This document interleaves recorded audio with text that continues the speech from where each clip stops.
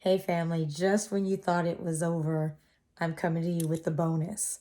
One of the things I wanted to make sure I mentioned specifically are the provisions that our children should go to school with in terms of minimizing their risk of COVID. This pertains to school-age children. For college, that's going to be a completely separate video because I want to make sure I dedicate time and space for our college-aged kids, all right? But in terms of our little ones going back to school, there are 5 things that I want to make sure that we include in their backpack. So their supply list for school is going to grow a little bit as a result of the pandemic. The first thing I want to make sure that you guys pack in their backpacks is hand sanitizer. I know it's still relatively challenging to get, but once you secure it, make sure that you get a little container to put in your little one's backpack. You want to make sure that the container that you use has a tight lid on it so it doesn't spill in the backpack, but you also want to make sure that it is squeezable. I've picked up several of them that I use in my work bag that my daughter has on her backpack, even though she won't be going into on-campus classes. When she's out and about, I want to make sure that she always has hand sanitizer and can squeeze it effectively so that she has enough to clean her hands, but not so much that it's going to spill out over her hands onto her clothes. So you want to make sure you check it first before you send them to school with it. The other thing you want to do with the hand sanitizer is make sure they know how to apply it.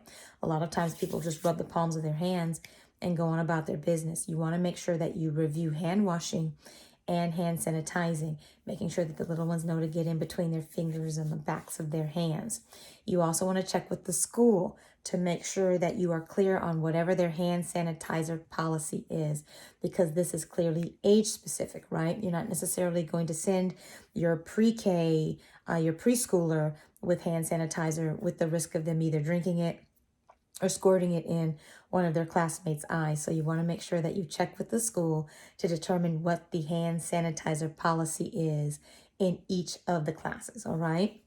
Because to be honest, schools run short of soap. I used to send my daughter to her school, and she went to private, or she goes to private school. I sent her with soap in her backpack because she would report back to me that the schools were out of soap. So if pre-COVID, schools were dealing with supply issues in terms of making sure that students had what they needed to maintain good hygiene, why not make sure that your little one is covered by packing a hand sanitizer? You want to make sure that it is at least 60% alcohol. There's no need for the added scents, dyes, all that stuff. I was recently at Costco and they had this huge jug of hand sanitizer. So you want to take something like that and put it in a smaller container for your little ones. All right. So that's hand sanitizer. The second thing you want to do is make sure you pack an extra mask or two for 2 reasons, or 3 reasons actually. The first is the mask may break. Little ones are going to be prone to pulling it, snatching it, doing all kinds of crazy things with their mask, and it may tear the band. So you want to make sure that there's a replacement in the likelihood that they tear it. They may lose it, right? They're out on the playground. They take their mask off because they're hot. Next thing you know, they're like 8 masks out on the asphalt. So just in case they lose it. And then the third is just in case it gets wet and water may spill on it. They may sneeze on it. There are a variety of things that can happen that require a replacement mask, but you want to make sure that you include at least 2 replacement masks. And I know for some families that's easier said than done because of economics, but if you can feasibly provide your little one with at least 2 backup masks, that's going to be ideal. The third thing is a reusable water bottle. You don't want your little one using the water fountain if they can use it at all. A lot of schools will likely block access to the water fountain because you're putting your mouth right on it. You're touching it directly. And we certainly don't want our children dehydrated in the midst of a pandemic. And we also don't want to burden the environment with a bunch of plastic bottles. So as a pediatrician and a lover of the planet, I will implore all parental units and caregivers to make sure that their little ones have a water bottle, a reusable water bottle, to be able to maintain hydration throughout the school day. The fourth thing that I would recommend that parents provide is tissue, Kleenex. A lot of schools end up running short on Kleenex. We want to make sure that we're providing preventative measures Clearly, our little ones are going to cough and sneeze. Why not make sure that either the classroom is readily provided with tissue, or that your little ones keep a pack of Kleenex in their backpacks, which is what I send my daughter with every school year, just in case, right? We're on our way into cough, cold, and flu season. We want to make sure that our little ones have all the supplies that they need to keep themselves, their classmates, their teachers, and the staff protected. And then the last thing is what we're packing in their lunch and for snack, and even for breakfast for that matter.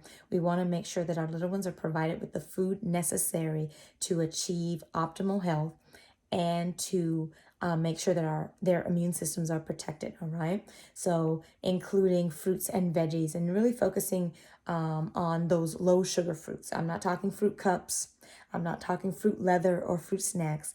I'm talking real fruit, even avoiding fruit juice if you can, because it's packed with sugar. So apple slices, berries.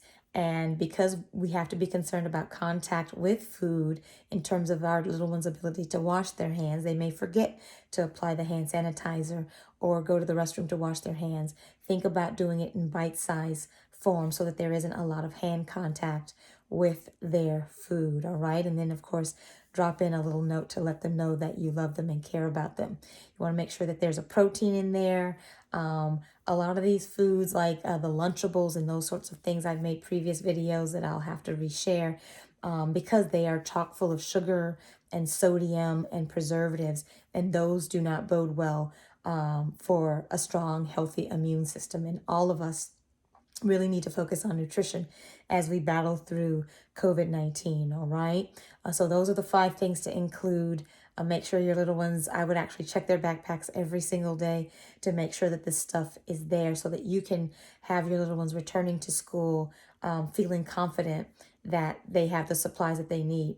A lot of the supplies that I've just mentioned, particularly the tissue and the hand sanitizer, these were issues, as I mentioned earlier, where schools have fallen short in terms of our expectations, whether it be because of cost, just the supply chain, whatever the issue may be. If these were issues before COVID-19, my concern is that they will continue to be issues in the midst of the pandemic. So we want to make sure that we've provided our students, and perhaps even the school, find out what your teacher needs in terms of keeping the space safe. Lysol wipes, Lysol spray. I know those items are very, very hard to get.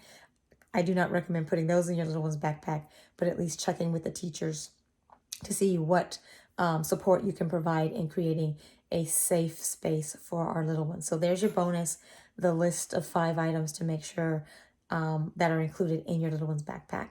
I will be back again to talk about how we approach our college age students in terms of safely returning them back to college campuses, all right? I'll see you next time. Dr. Yola out.